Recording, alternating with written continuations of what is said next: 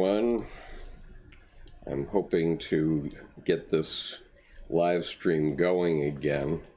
I seem to be online, so that's a good sign. It seems that YouTube is changing its system to their new beta dashboard, and the setup for live stream has changed, and it's causing problems.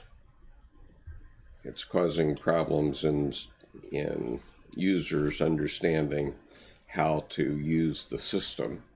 I'm hoping that you folks are online, and I'm just looking for the chat now.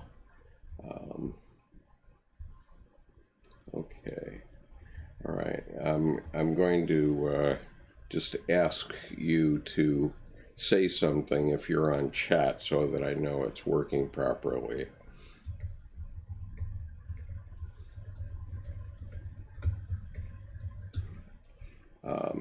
And hopefully it is, and I can proceed with today's live stream. And then I'm going to have to test out the new system. I apologize for the delay in starting. Hello, I see someone's online now. So if you would, please send me, Miles, great, thank you.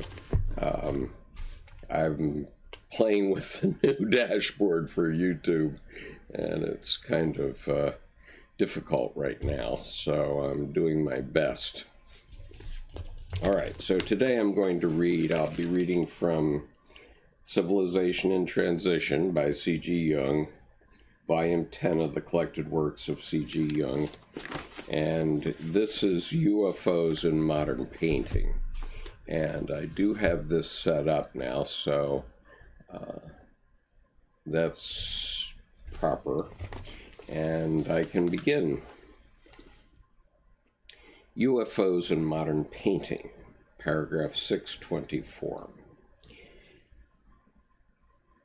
Whilst I was collecting the material for this essay, I happened to come across the work of a painter who, profoundly disturbed by the way things are going in the world today, has given expression to the fundamental fear of our age, the catastrophic outbreak of destructive forces which everyone dreads.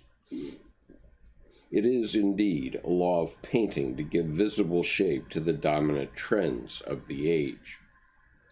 And for some time now, painters have taken as their subject the disintegration of forms and the breaking of tables, creating pictures which, abstractly detached from meaning and feeling alike, are distinguished by their meaninglessness as much as by their deliberate aloofness from the spectator. These painters have immersed themselves in the destructive element and have created a new conception of beauty, one that delights in the alienation of meaning and of feeling. Everything consists of debris, unorganized fragments, holes, distortions, overlappings, infantilisms, and crudities which outdo the clumsiest attempts of primitive art and belie the traditional idea of skill. Just as women's fashions find every innovation, however absurd and repellent, oh, this cracks me up. Just as women's fashions find every innovation, however absurd and repellent, beautiful, so too does modern art of this kind. It is the beauty of chaos. That is what this art heralds and eulogizes, the gorgeous rubbish heap of our civilization. It must be admitted that such an undertaking is productive of fear, especially when allied to the political possibilities of our catastrophic age. One can well imagine that in an epoch of the great destroyers, it is a particular satisfaction to be at least the broom that sweeps the rubbish into the corner. Now he wants me to show you plate number 2, so I'm going to share that with you now. All right, so this is plate number 2. The fire sower. The painter in this case has summoned up the courage to admit the existence of a deep-rooted and universal fear and express it in his art, just as other artists have dared or were driven to choose as their motif the conscious and unconscious will for destruction and to depict the collapse of our civilization in chaos. They did this with a passionate superiority worthy of Herostratus. Footnote: Herostratus, in order to make his name immortal, burned down the temple of Artemis at Ephesus in 365 BC. With no fear of the consequences. Fear, however, is an admission of inferiority. It shrinks back from chaos and longs for solid, tangible reality, for the continuity of what has been, for meaning and purpose, in a word, for civilization. It is conscious, and that all... Just a moment. Let me now take that off the screen.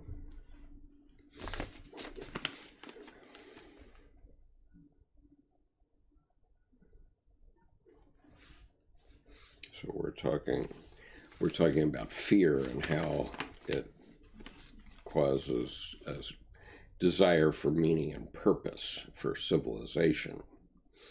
It is conscious that all destruction is the result of inadequacy, and that we lack something vital which could halt the onrush of chaos. It must counter the fragmentaries of our world by striving to be healed and made whole. But since this apparently cannot be found in the present, we cannot even conceive what would make us whole. We have become skeptical, and chimerical ideas of world improvement stand low on the list. The old panaceas have finally failed and are no longer trusted, or only half-heartedly. The lack of any serviceable or even credible ruling ideas has created a situation that resembles a tabula rasa. Almost anything might appear on it. The phenomenon of the UFOs may well be just such an apparition. Paragraph 726. And he's referring to an artist here, and the footnote says he was not a sorcerer addict and had not read the UFO literature.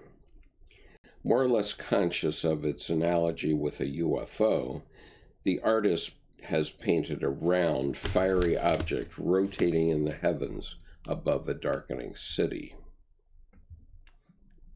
I'll give you that and see if you see the same thing that Dr. Jung sees. Okay, this is what he's talking about. More or less conscious of his analogy with a UFO, the artist has painted a round, fiery object rotating in the heavens above the darkening city. Following a naive impulse to personification, he has given it the suggestion of a human face so that it became a head separated from the body to which it belongs.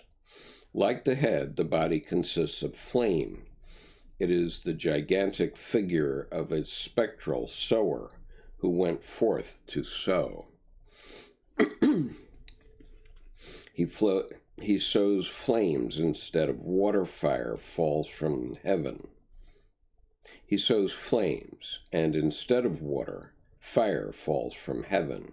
It seems to be an invisible fire, a fire of the philosophers. A footnote here. In what follows, there are a number of allusions to medieval symbolism, which may perhaps be unknown to the reader. He will find the necessary documentation in my book, Psychology and Alchemy, which we're covering in the Monday evening sessions. It seems to be an invisible fire, or fire of the philosophers, for the city takes no notice of it, nor does it start a conflagration. It falls unheeded, apparently to no purpose, like seed from the hand of the sower. Like an immaterial essence, the fiery figure strides through the houses of the city. Two worlds which interpenetrate yet do not touch.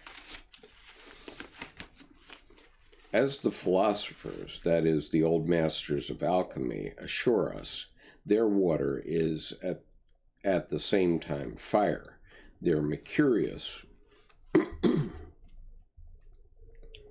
this away again.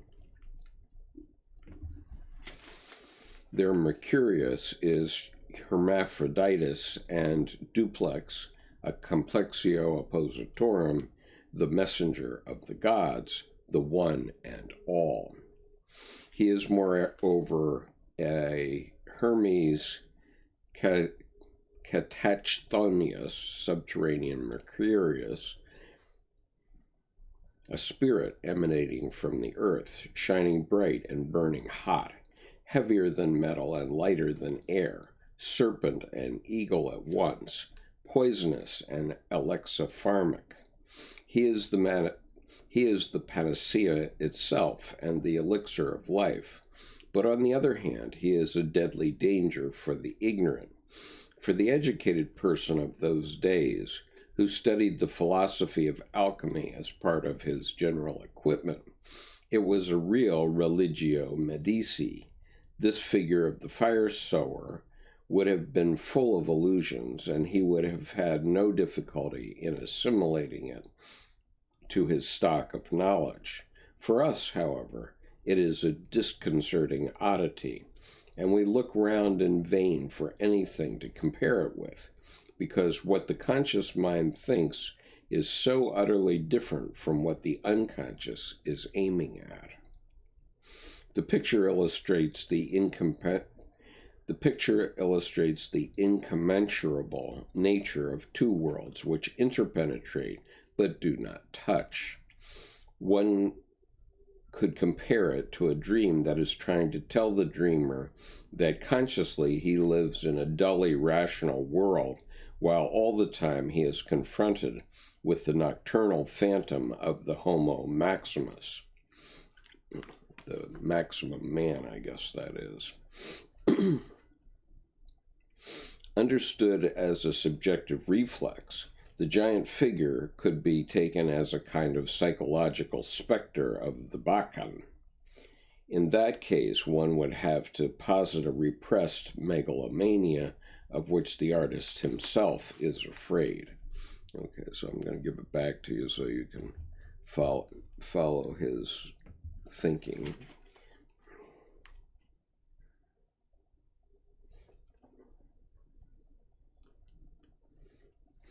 Understood as a subjective reflex, that is, subjective means from the reflex of the viewer's mind.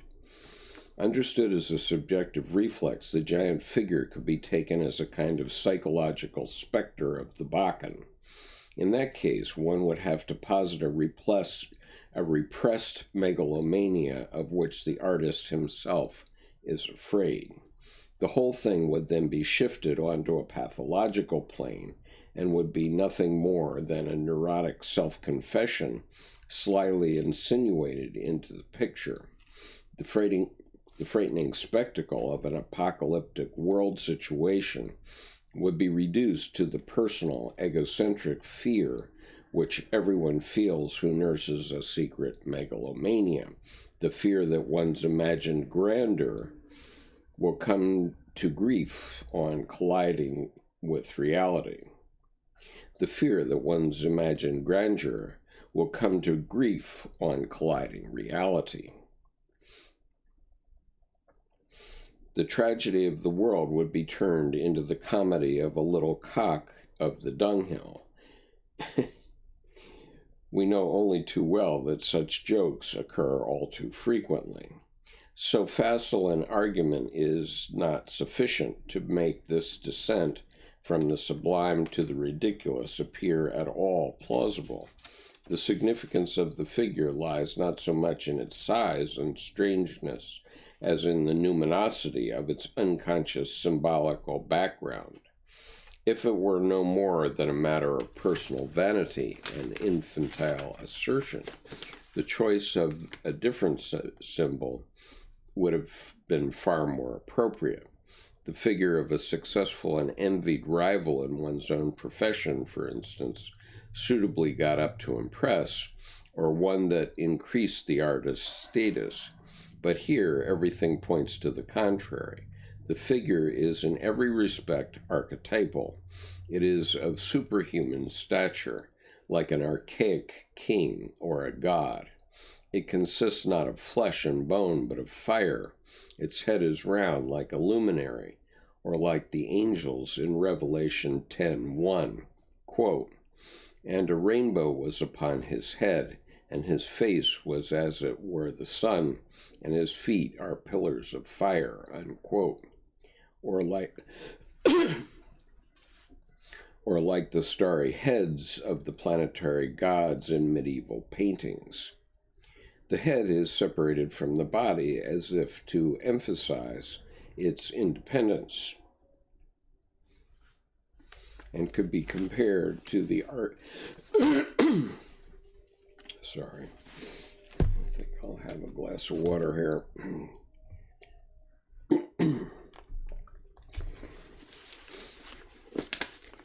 As if to emphasize its independence, and could be compared to the arcane substance of the alchemists, the philosophical gold, the aurum non vulgi, the head element or omega element, a symbol that originated with Zosimos of Annapolis, 3rd century A.D. The spirit is a wanderer who roams over the earth, sowing fiery grains like those gods and godmen who wander about and do miracles, whether of destruction or of healing. Psalm 104:4 likens God's ministers to a flaming fire. God himself is a consuming fire. Fire signifies the intensity of effect and is the symbol of the Holy Ghost, who came down in the form of tongues of fire. Paragraph 729.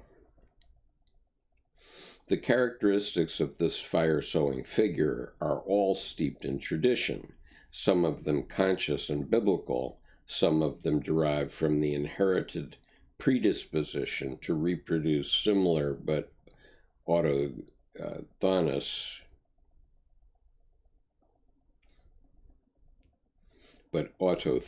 ideas. The artist's more or less conscious allusion to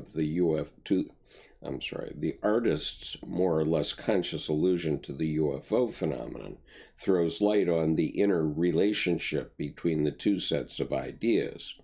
The one interprets the other because they both spring from the same source.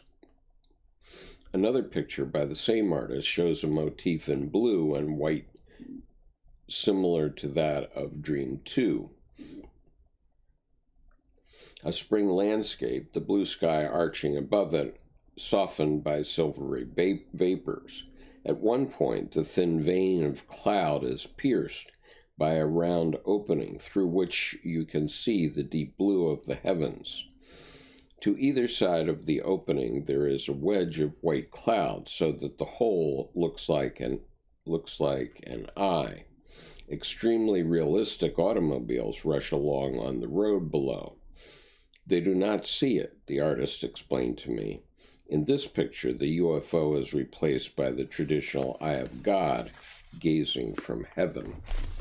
I guess I should take down the fire sower at this point.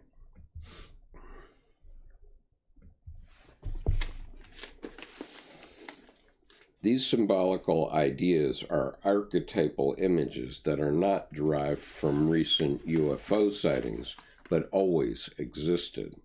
There are historical reports of the same kind from earlier decades and centuries. 30 years ago, before flying saucers were heard of, I myself came across very similar dream visions. For instance, a multitude of little suns or gold coins falling from the sky, or the figure of a boy whose clothes were made of shining golden circles, or a wanderer in a field of stars, or the rising of a sun-like object, which in the course of the visions developed into a mandala. I also remember a picture that was shown to me in 1919 of a town stretching along the edge of the sea, an ordinary modern port with smoky factory chimneys, fortifications, soldiers, etc. Above it, there lay a thick bank of cloud, and above this there rolled a severe image, a shining disk divided into quadrants by a cross. Here again we have two worlds separated by a bank of cloud and not touching. I think in this paragraph he's referring to the image of Christ over Geneva, which he painted himself and is in the Red Book, just for the record. Paragraph 731. From the very beginning, the UFO reports interested me as being, very possibly, symbolical rumors, and since 1947, I've collected all the books I could get hold of on the subject. UFOs seem to me to have a good deal in common with mandala symbolism, about which I first wrote in 1927 in The Secret of the Golden Flower. Though one would like to give honest eyewitnesses and radar experts the benefit of the doubt, it must nevertheless be stressed that there is an unmistakable resemblance between the UFO phenomenon and certain psychic conditions which should not be overlooked in evaluating the observations. Besides affording a possible psychological explanation, the comparison sheds light on the psychic compensation of the collected fear weighing on our hearts. The meaning of the rumor is not exhausted by its being explained as a causal symptom. Rather, it has the value and significance of a living symbol, i.e., a dynamic factor which, because of the general ignorance and lack of understanding, has to confine itself to producing a visionary rumor. The fact that there is a numinous quality about all archetypal products is responsible not only for the spread of the rumor, but also for its persistence.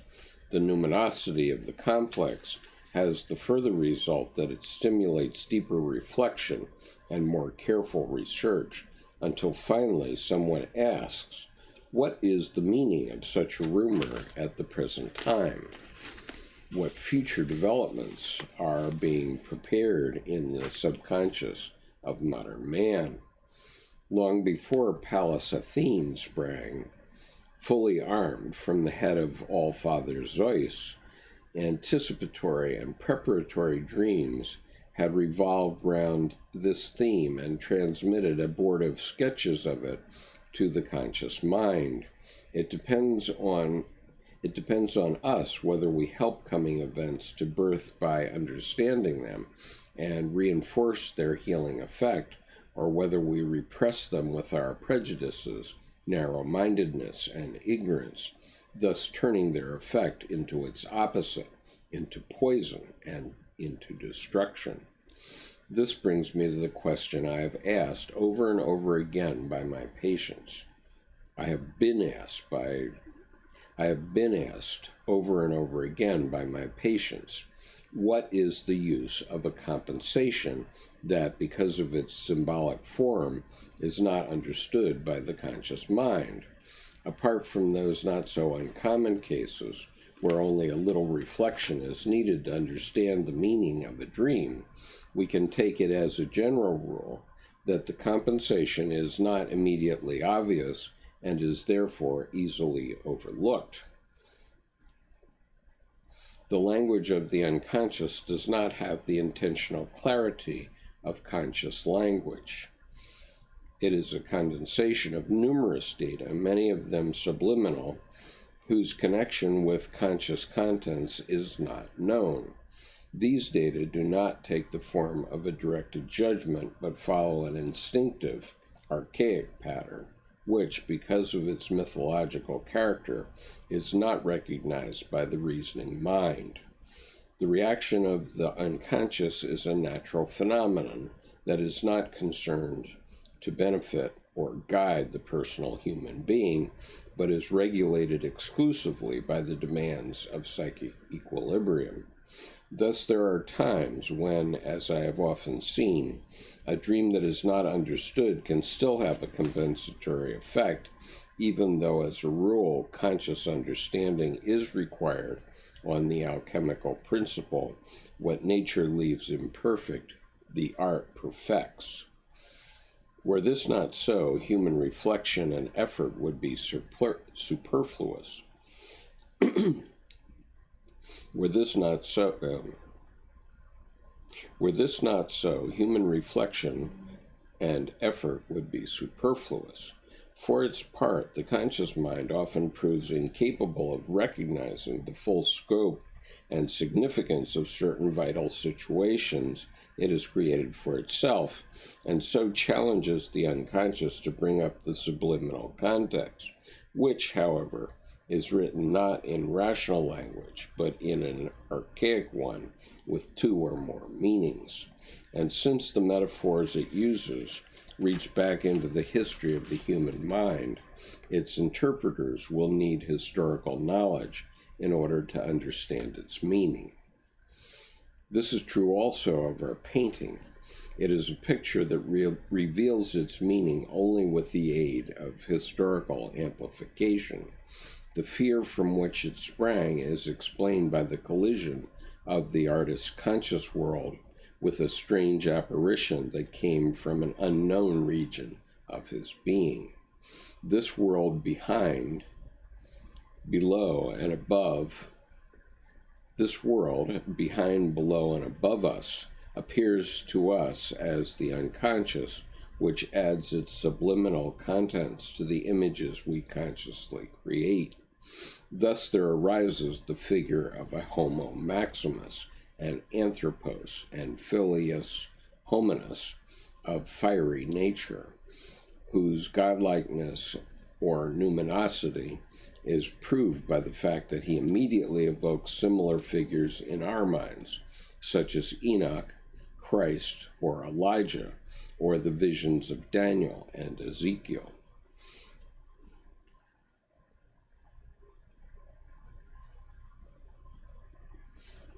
There's a footnote here from something Christ said, quote, "I am come to send fire on earth, and what will I if it be already kindled?" Luke 12:49.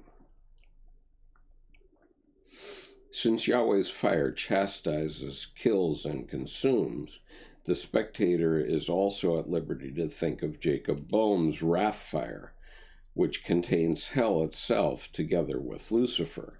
The scattered flames could therefore signify the enthusiasm of the Holy Ghost as well as the fire of evil passions. In other words, the extremes of emotion and affect which human nature is capable of, but which in ordinary life are prohibited, suppressed, hidden, or altogether unconscious. It is probably not without good reason that the name Lucifer applies to both Christ and the devil. The temptation in Matthew 4:3 and following describes the split between them, and the fight against the devil and his angels exemplifies the mutual opposition and at the same time the interrelationship between the two sides of a moral judgment. And opposition exists only where two principles conflict with one another, but not where one is and the other not, or where there is only a one-sided dependence, such as when only good has substance but not evil. The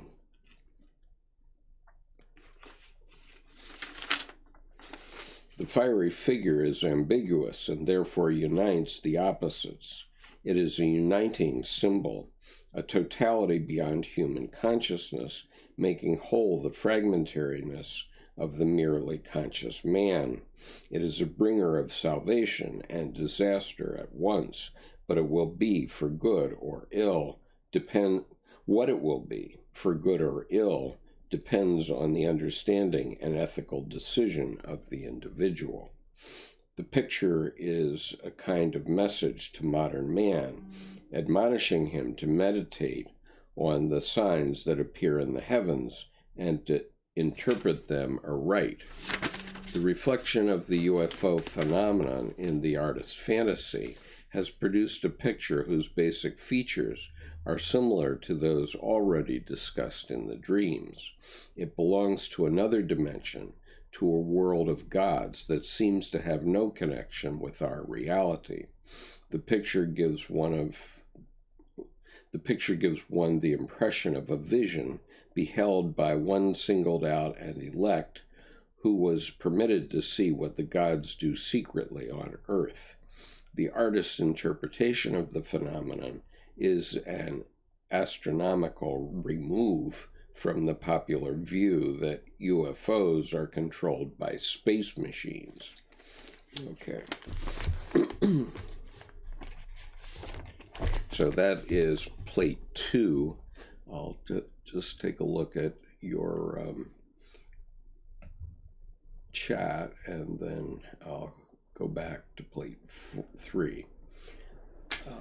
Martin says the fire sower is a powerful image. Yes, I agree. Love it too. I would like to get it and put it on my wall. Well, you can buy this book, Civilization in Transition. It's one of the plates in the book, so you could then scan it and make a scanned copy of it, I suppose. And Martin says, I've had a few extraterrestrial experiences when exploring consciousness. I settled on my understanding of something not myself labeled extraterrestrial. I later changed the frame and found it was my imprint onto something, an explanation in which I there labeled it as a this or that. Sorry, my vision is crapping out on me. I apologize for that.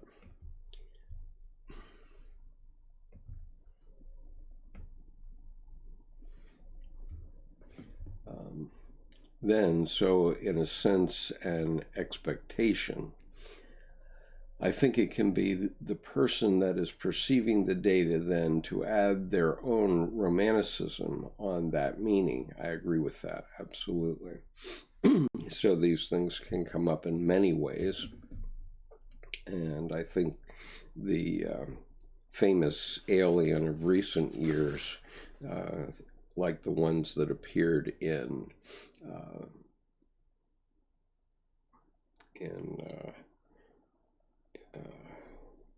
something of the third kind, Steven Spielberg's movie, where those aliens have appeared in many people's dreams and stories. Miles says, unfortunately, we modern city dwellers rarely, if ever, see the stars as people in 200 and more years ago. But still, falling asleep under the stars could conjure vivid dreams of E.T., absolutely. Martin says, is all the unknown and food for the imagination, especially the intuitive mind? Yes, I believe so. But also possibly for the sensing mind. It depends on how you sense and how your unconscious reacts. Miles says, and yes, yet now some scientists in quantum physics tell us consciousness preceded the material and DNA. Maybe. And Martin, yes, is why I found myself on a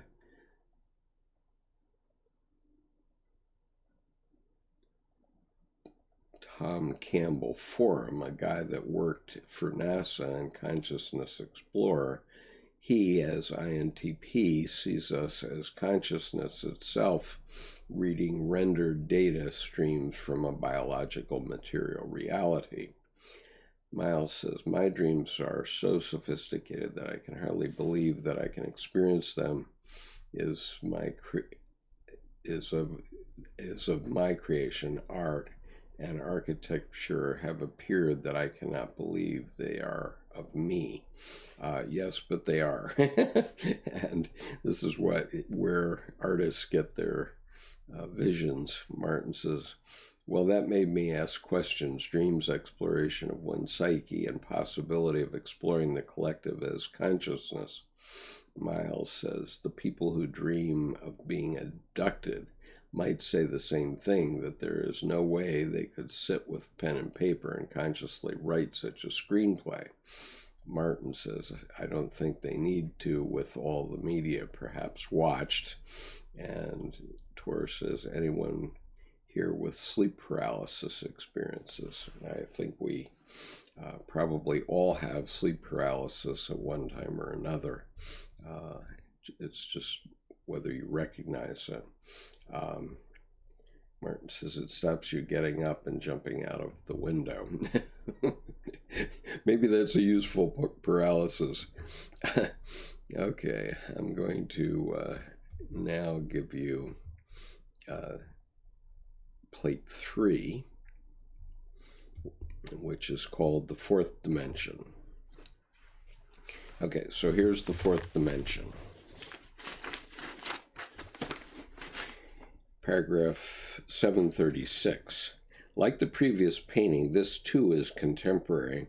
In order to avoid misunderstandings, I must point out at once that it is painted on canvas and that the peculiar treatment of the background is not the result of the grain of wood showing through. It was the artist's intention to represent something growing or flowing. Similarly, he uses the skyline of a city to emphasize a horizontal plane cutting through the picture.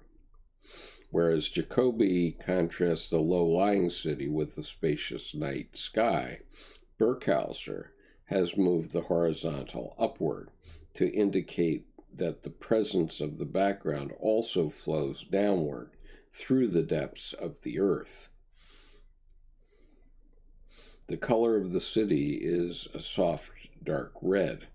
The background is a light, watery, greenish-blue streaked with pale yellow and vermilion. Paragraph 737. In this background, there are 14 more or less distinct circles. 10 of them form the eyes of shadowy faces, half animal, half human. The other 4 look like knots in wood or like dark objects floating about with halos round them.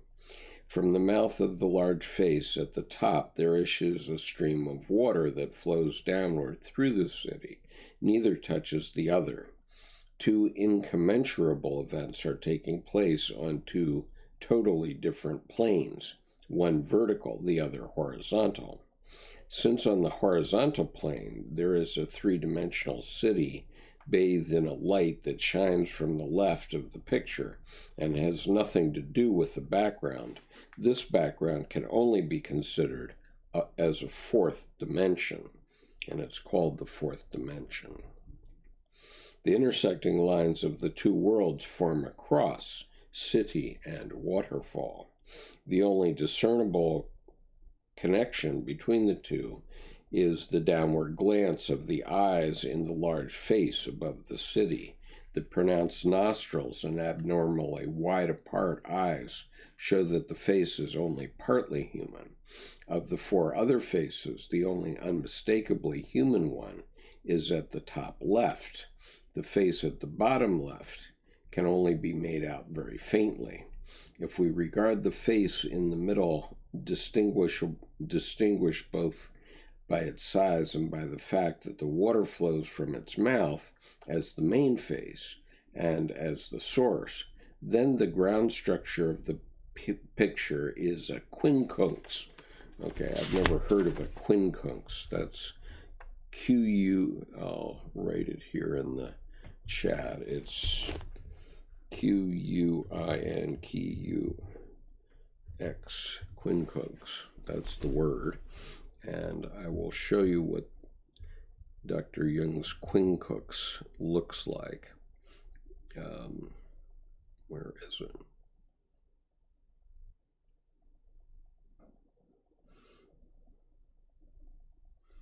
I thought I had put it in here, but perhaps not. Let me just grab it.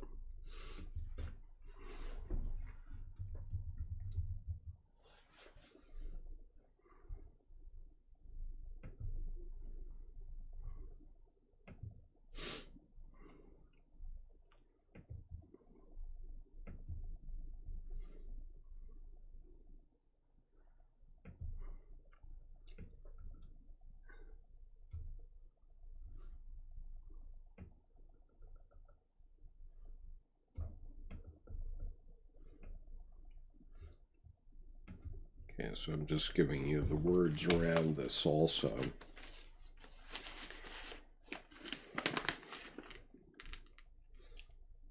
So, as he was saying, if we regard the face in the middle, distinguished both by its size and by the fact that the water flows from its mouth as the main face and as the source, then the ground structure of the picture is a quincunx.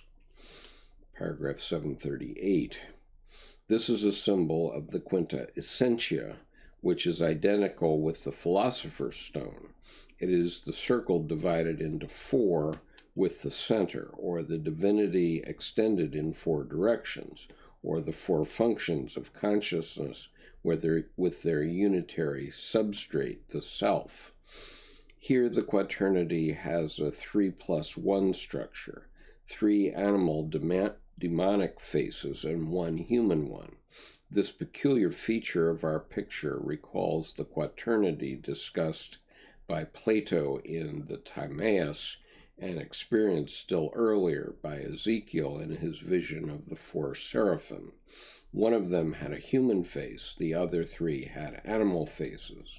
The motif appears again in certain representations of the sons of Horus, and in the emblem of the evangelists, as well as in the 4 Gospels, 3 synoptic, 1 Gnostic, and in the 4 persons of Christian metaphysics, the Trinity plus the devil. The 3+1 structure is a motif that runs all through alchemy and was attributed to Maria the Copt, or Jewess. Goethe took it up again in the Kabiri scene in Faust. The number 4, as the natural division of the circle, is a symbol of wholeness in alchemical philosophy, and it should not be forgotten that the central Christian symbol is a quaternity 2, which, in the form of the long cross, even has the 3+1 structure. Okay, so that is the quincunx.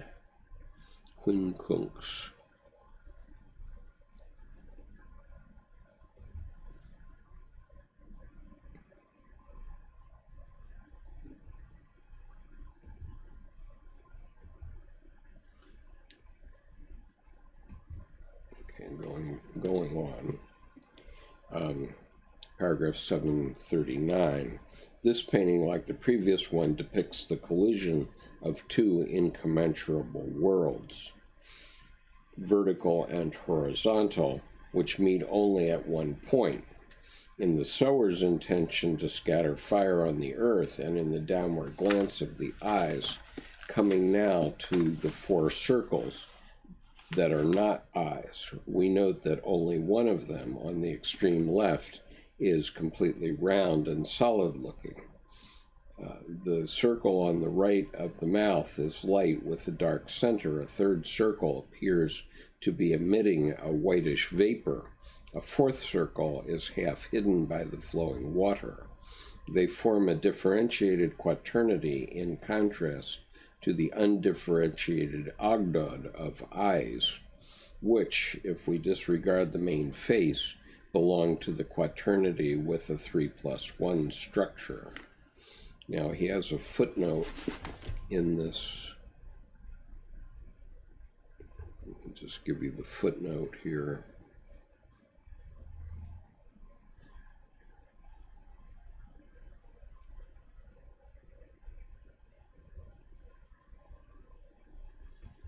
Okay, so the footnote is about Vincent van Gogh's Starry Night. In this connection, I would like to draw attention to Van Gogh's Starry Night, 1889. There the stars are painted as large shining discs, though the eye never sees them like that. Speaking of his picture, Van Gogh used the expression pantheistic frenzy, called it the remnant of an apocalyptic fantasy, and comparing the starry discs to a group of living figures who are like one of us. The painting is supposed to be derived from a dream. Okay, so that's the footnote at that point.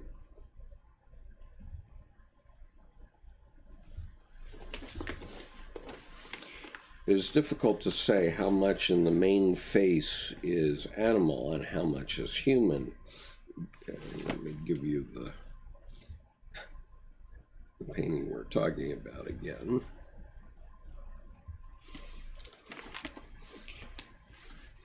It is difficult to say how much in the main face is animal and how much is human, but since it represents the source of living water, quintessence aurum potable, aqua permanens, vinum ardens, elixir vitae, and appears to have an animal component, its doubtfully human character is plain enough.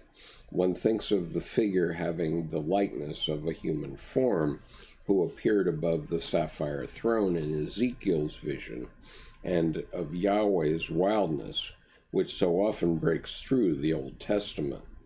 In Christian iconography, the Trinity consists of three human persons, occasionally depicted as a tricephalus, while the fourth, the devil, is traditionally represented as half animal. Our mandala seems to be complementary to the Christian totality. Paragraph 742. One further fact deserves notice. The two lower faces, though inverted, are not reflections of the two upper ones, but are independent entities representing a lower as opposed to an upper world. Moreover, one of the two upper faces is light, the other considerably darker with pointed ears. In contrast to this opposition, the water flows uniformly from above downward, thus forming a potential. The source lies not only above the earthly horizontal, but also above the middle line of the picture, so that the upper world is characterized as the source of life, since the three-dimensional human body is ordinarily thought of as the seat of life and strength. This is compensated by placing the source in the fourth dimension. It flows from an ideal center. The fourth dimension is therefore only apparently symmetrical. In reality, it is asymmetrical, a problem that is of importance both to nuclear physics and to the psychology of the unconscious.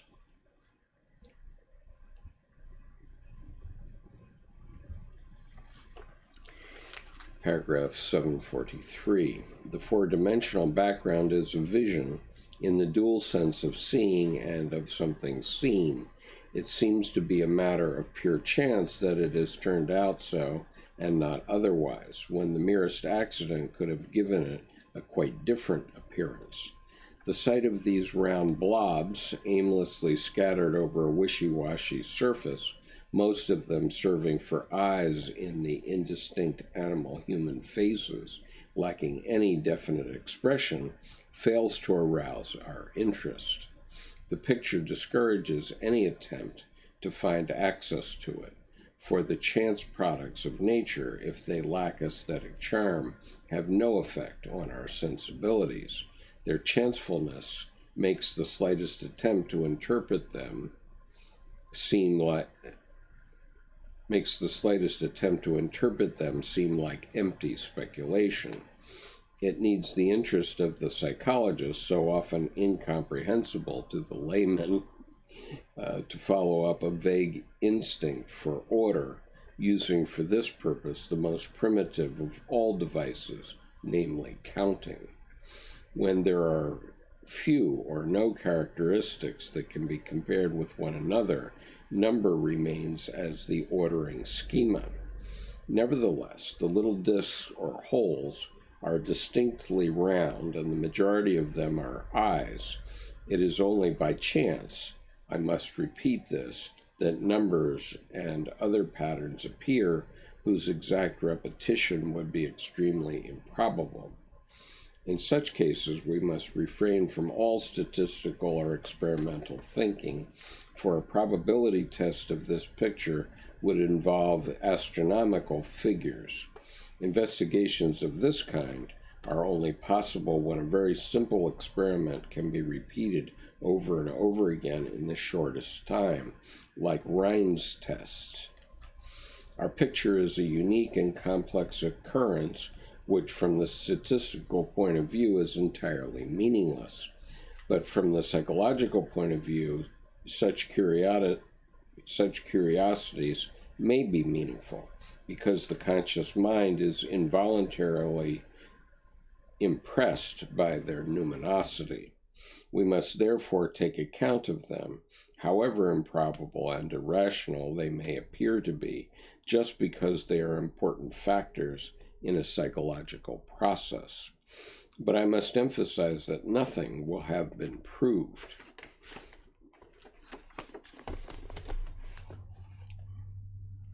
So let me look at your other comments here.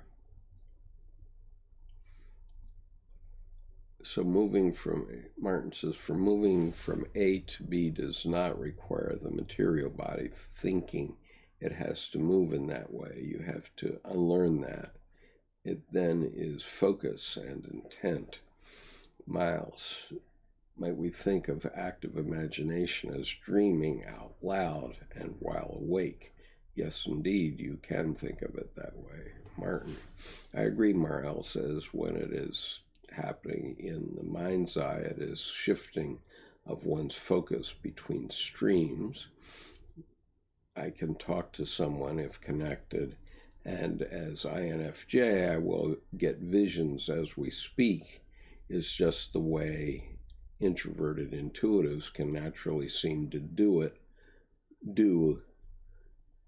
It will pick up the unconscious. Miles, is the fourth dimension the universal consciousness where we go when we dream or go into active imagination? I wouldn't say that necessarily, Miles, because there are many dimensions, and limiting it to universal consciousness, I don't think so, because there may be other dimensions there. Is unconscious simply universal consciousness abbreviated? Okay, I mean, in the sense that we're either conscious of something or we're not. and so everything that we're not conscious of is unconscious. Yes, in that sense, it's abbreviated, I guess. Okay, reading on. Paragraph 744. Since psychology touches man on the practical side, it cannot be satisfied with averages because these only give information about his general behavior. Instead, it has to turn its attention to the individual exceptions, which are murdered by statistics. The human psyche attains its true meaning not in the average, but in the unique, and this does not count in scientific procedure. Rhine's experiments have taught us, if practical experience has not already done so, that the improbable does occur, and that our picture of the world only tallies with reality when the improbable has a place in it. This point of view is anathema to the exclusively scientific attitude, despite the fact that without exceptions, there would be no statistics at all. Moreover, in actual reality, the exceptions are almost always more important than the rule. Paragraph 745. This picture allows some conclusions to be drawn as to the nature of the objects appearing in the sky. The sky is not the blue vault we see, nor is it the star-filled universe. It is a strange fourth dimension containing supernatural beings, as well as dark disks or round holes.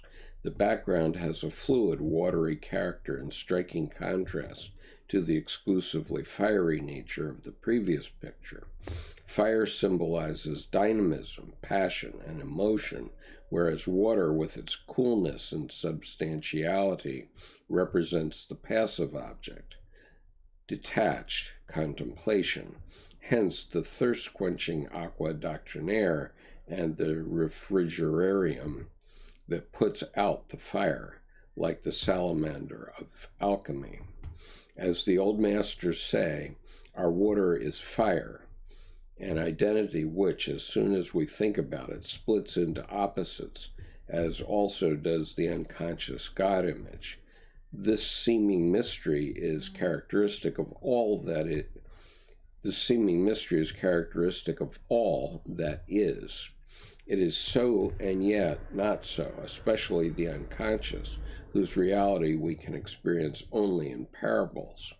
In the same way, a fourth dimension can be regarded only as a mathematical fiction, an intellectual sophistry, or a revelation of the unconscious, but we have no direct experience of it. So that's your answer, Miles. So I'll read that sentence again. In the same way, a fourth dimension can be regarded only as a mathematical fiction, an intellectual sophistry, or a revelation of the unconscious, for we have no direct experience of it. The unconscious arrangement of the elements composing the picture suggests that the UFOs are subliminal contents that have become visible, that they are, in a word, archetypal figures. Okay. Okay, now we have a new picture coming up here.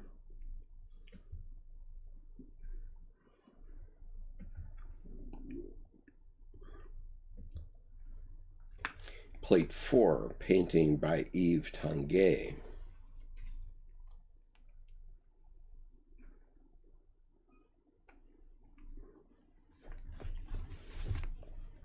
This painting dates from the year 1927, thus anticipating by more than a decade the great bombings of cities. For this is what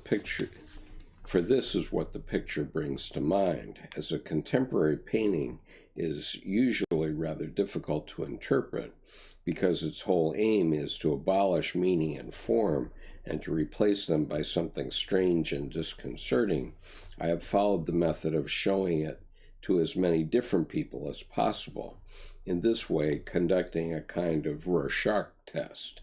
Most of them took the black and white background, which combines a minimum of intelligibility with a maximum of abstraction to be a plane surface. This is supported by the fact that the light causes the 5 central forms to cast shadows. It can be seen that these shadows fall on a plane. The interpretation of this varies considerably. Some thought it was a sea covered with drift ice in the polar night, others a sea of fog at nighttime, others the bleak surface of a distant planet like Uranus or Neptune, and others a great city illuminated at night, situated along the edge of bays like San Francisco or New York. The strange quincunx suspended over the city left most of them puzzled.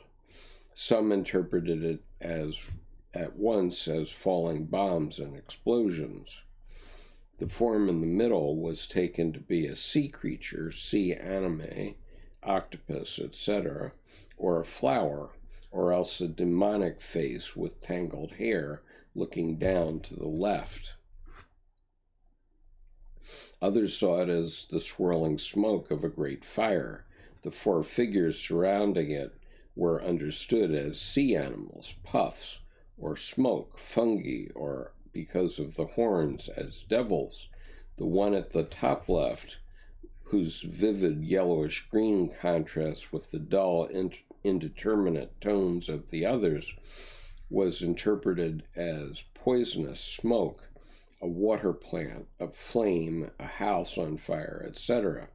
I must admit that for me, the comparison with a city at night by the sea, viewed from a considerable height as from an airplane, was the most convincing. The artist is said to have been a sailor originally, and would thus have had plenty of opportunities for such impressions. 749. The horizon is lost in cloudy forms over which hangs a faint circular luminosity. To the left of this is a dimly lit cloud bank shaped like a cigar. In the center of the brightness there is, as if by accident, a barely visible spot of the same color as the yellowish-green flame, top left of the quincunx. A similar but clearly visible spot can be seen further down, center right, directly above the city. A faint line connects it with another yellowish-green spot, apparently a continuation of the flame. The longest second spot points toward the center of a faintly discernible concentric circles that suggest rotation. It is interesting to note that the first mentioned spot at the top of the picture is also connected with concentric circles. Unfortunately, they cannot be seen in the reproduction because it is too dark. They appear only as a circular luminosity surrounding the yellowish spot, but can be felt to the touch as lightly raised lines. Probably they were scratched on with a pointed instrument. There can be no doubt about their circular nature, which is clearly apparent in the lower concentric formation. These details seem to be a matter of pure chance, the impression also given by the previous picture. Their fortuitous nature cannot be denied, but they assume a rather different aspect when submitted to a comparative procedure, as by chance two luminous whorls with dark centers and an equally fortuitous cigar form appear in the night sky, together with a bright spot and a line connecting the second whirl with the flame. One can easily let one's imagination run and interpret the flame as belonging to a projectile shot out of the whirl, or, as we would say now, from a UFO. For UFOs are said to have incendiary tendencies, among other things. Here it is sowing fire, as a distinct line connects it with the flame. There are, however, a number of other wavy lines crossing the picture, like highways or boundary lines. Have they anything to do with the phenomenon in the sky? So much in this picture remains conjecture. For instance, the indeterminable corporeal shapes, which together with the flame form a quaternity with a 3+1 structure. The structure in the middle is equally difficult to interpret, but it is obviously of a different, more nebulous nature, and is therefore distinguished from the others, though like them it throws a shadow. The description of the picture would be incomplete if I omitted to mention an important factor which reveals itself on closer examination. The cylindrical phallic cloud is aimed straight at the topmost luminous whirl, and this could be interpreted sexualistically as cohabitation. Similarly, from the lower whirl, a little flame leaps out, which is connected in turn with the big flame on the left. The latter, in psychological terms, is the one differentiated from the three. The one differentiated function contrasted with the three undifferentiated functions, and hence the main function, or alternatively, the inferior function. The four together form an unfolded totality symbol, the self in its empirical aspect. The name of one of the Gnostic deities is Barbello. God is four. According to an early Christian idea, the unity of the incarnate God rests on the four pillars of the Gospels, representing the 3+1 structure, just as the Gnostic monogenes, unigenitus, only begotten, stands on the tetrapeza, four-footed table. Christ is the head of the church. As God, he is the unity of the Trinity, and as the historical Son of Man and Anthropos, he is the prototype of the individual inner man, and at the same time the culmination, goal, and totality of the empirical man. Thus we arrive at an apparently fortuitous picture of a hierosgamos taking place in the heavens, followed by the birth of a Savior and his epiphany on earth. Wow. I'm going to read on in a minute. Let me just look back. I don't think I've ever analyzed a picture quite that comprehensively as Dr. Jung has.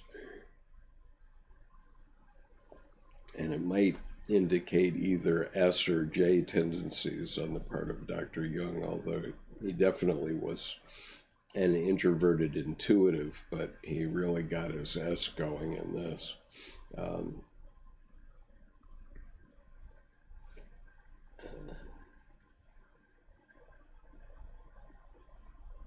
Mouse says pleroma, meaning many, and incomprehensible and dimensionless, is a better word than fourth dimension, perhaps. Yeah, I think that's probably true. So I agree that pleroma is the fourth dimension in the sense of what Dr. Jung is talking about. And so let's keep in mind that we're talking about different levels in the psyche, and it's all in the psyche. So paragraph, let's see. Yeah, okay. Paragraph 752. The picture is distinguished by a strongly marked horizontal axis. The vertical axis is expressed by the quaternity, and more dramatically by the heavenly origin of the fire. The comparison with the bombing is not so far-fetched, since at the time the picture was painted, this possibility was in the air, both as a memory of the past and as a premonition of the future. The UFOs in the sky and the remarkable happenings down below together constitute an impressive vertical, which could be interpreted as the intrusion of a different order of things. The accent lies without doubt on the quincunx, which we have dealt with above. It is a decidedly enigmatic structure, and this obviously accords with the artist's intention. He has undoubtedly succeeded in expressing the bleakness, coldness, lifelessness, the cosmic inhumaneness, and infinite desolation of the horizontal, despite the association city.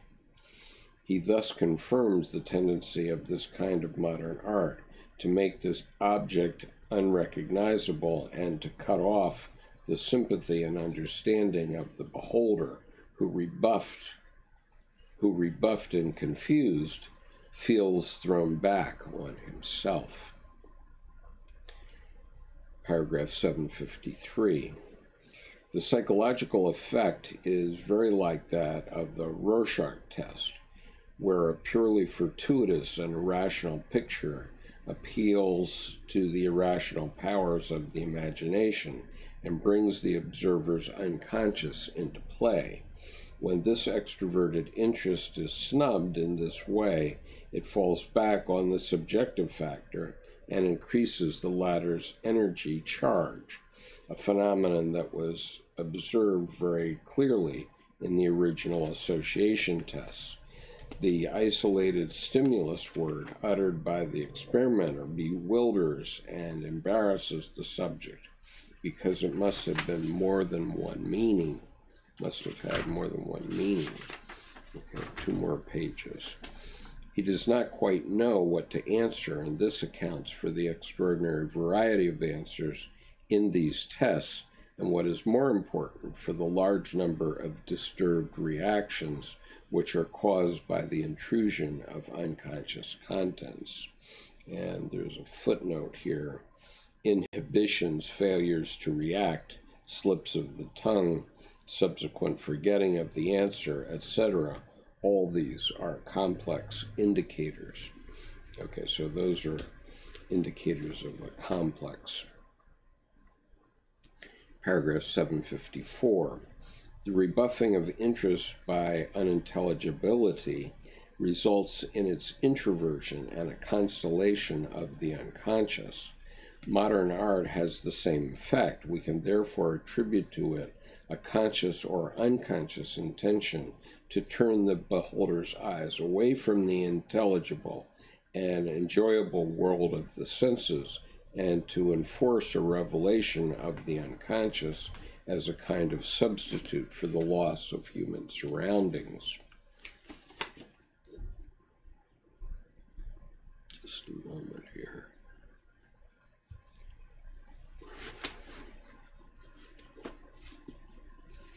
This is also the intention of the association experiment and the Rorschach test.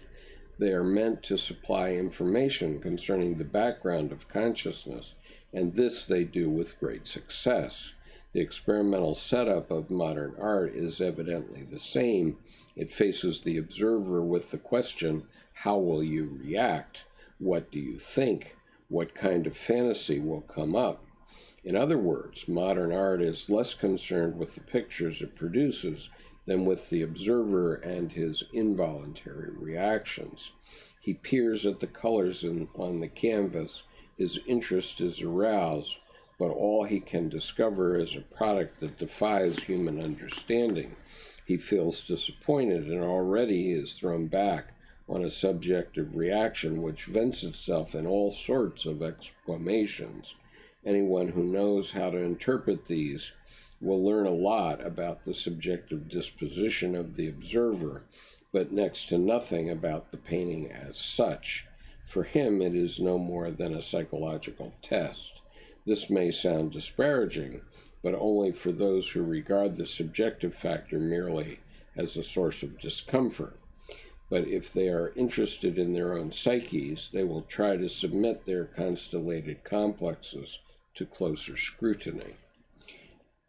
And many of you will remember my reaction to the Jackson Pollock painting, and obviously this speaks directly to that. Paragraph 755. Since even the boldest fantasy of the creative artist, however much it may exceed the bounds of intelligibility, is always bound by the limits of the psyche itself, there may easily appear in his pictures unknown forms, which indicate certain limiting and predetermined factors.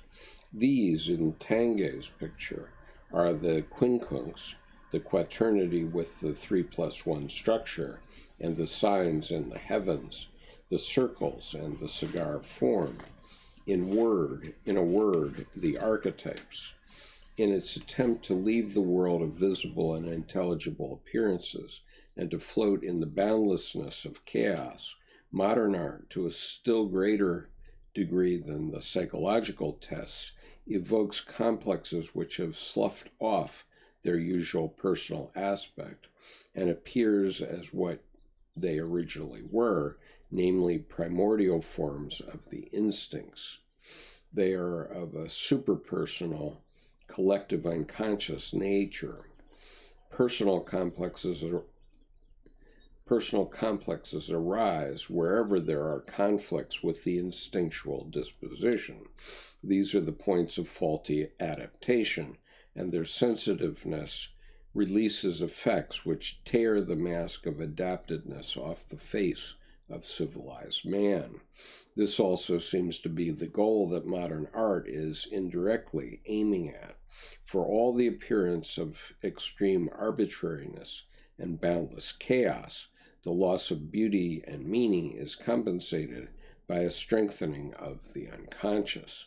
And since this is not chaotic but pertains to the natural order of things, it is to be expected that forms and patterns will arise which are indicative of this order.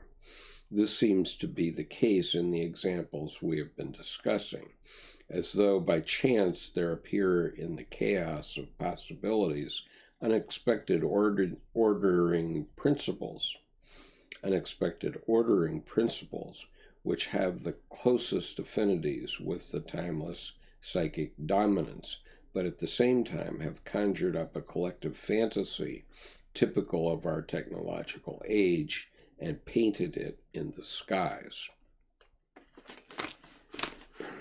One more paragraph. Okay. Paragraph 756. Pictures of this kind are rather rare, but not undiscoverable. For that matter, relatively few people have seen a UFO, yet there can be no doubt about the existence of the rumor. It has even attracted the attention of hard-headed military authorities, despite the fact that for sheer improbability, it outdoes anything I have said about the meaning of the pictures. Anyone who wants to get an independent idea of the scope of the UFO legend should read Edgar Seaver's Flying Saucers über Südafrika.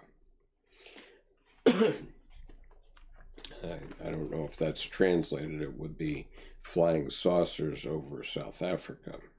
Though open to attack at many points, it gives one some notion of the efforts an intelligent and well-meaning person has to make in order to come to terms with the UFOs. It is undoubtedly a challenging matter that has caused the author to move heaven and hell. What he unfortunately lacks is a knowledge of the psychology of the unconscious, perhaps the most important thing here. His book sets forth all the earlier and recent attempts at explanation based on scientific and philosophical premises, but also, unfortunately, on unverifiable theosophical assertions. Credulity and lack of discrimination, which elsewhere would be vices, here serve the useful purpose of bringing together a collection of heterogeneous speculations on the UFO problem. Anyone who is interested in the psychology of the rumor will read this book with profit, for it offers a comprehensive survey of the psychic phenomenology of the UFO. Okay, so we're closing in on it. Tomorrow I will be reading part 4, Previous History of the UFO Phenomenon. And so I hope this is useful to you all. I think that this essay has actually surprised me quite a bit because I had put off focusing on it for a long while. I don't think I actually had read it all. And I read it at a time when I probably didn't know enough about Dr. Jung's psychology, so I didn't really appreciate its position. I was thinking, why would an 82-year-old psychologist be writing about UFOs? That seemed a little weird to me.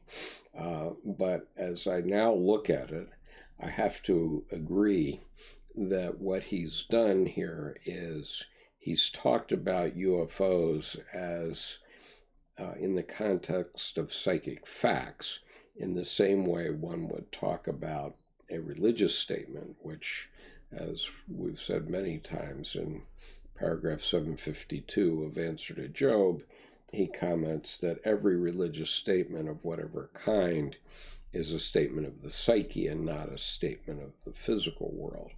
And so here he's sort of equating that by saying that UFOs are largely statements of the psyche, they're not statements of the physical world. And I'll just be an ending spoiler a little bit. He does leave open the possibility that a UFO might indeed visit the Earth someday, but it seems to me very unlikely that that will happen because we now know quite a bit more than we knew in his day, including the fact that the universe is expanding, and to get anywhere takes a very long time. At the fastest speeds that human beings have sent any machine anywhere, it would take about 500,000 years to get to the nearest planet that we think is Earth-like right now, and that's 20 light years away. And keeping in mind that the Milky Way is 100,000 light years, that's 100,000 times 6 trillion, because a light year is 6 trillion miles approximately. So anyway, let me look at your further comments here. Martin says, yes, I find any users extroverted intuitives do naturally see patterns out in the physical, such as seeing faces in clouds, and even their art is different. Interesting.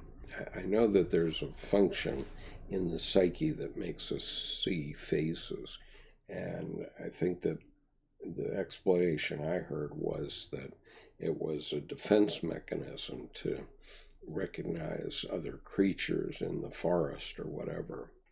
And he says pareidolia is a psychological phenomenon that causes people to see patterns in a random stimulus. This often leads to people assigning human characteristics to objects.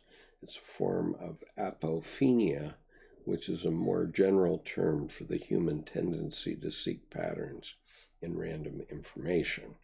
I think that's very definitely true.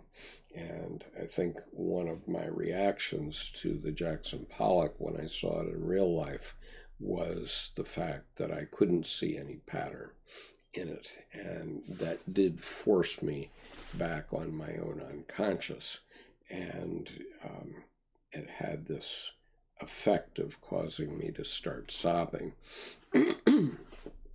It's not clear why that may have happened in 1995, but in 2015, when I described it in Group, Bill connected it up for me with the loss of my roommate from the basic school, who was killed in Vietnam in 1969. And that was obviously a very traumatic event for me, so that connection was numinous for me at that time. And so anyway, I think that Dr. Jung has therefore used this UFO essay to convey a lot of the basic ideas that are contained in his psychology across the board, and in a different kind of way.